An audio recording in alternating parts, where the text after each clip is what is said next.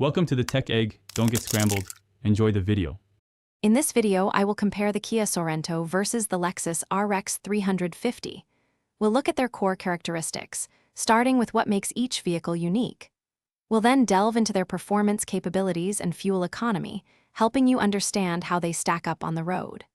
Finally, we'll explore their interiors, focusing on comfort, space, and the technology each offers for a modern driving experience.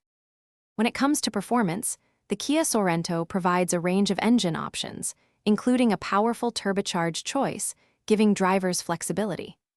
The Lexus RX 350, on the other hand, is known for its refined V6 engine, delivering a consistently smooth and quiet driving experience.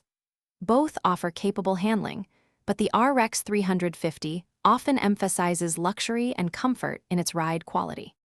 Inside, the Kia Sorento stands out with its available 3 rows of seating, making it a versatile choice for larger families or those needing extra cargo space. The Lexus RX 350 counters with a luxurious cabin, featuring high-quality materials and meticulous craftsmanship throughout. Both vehicles integrate modern infotainment systems, offering connectivity and convenience for all occupants.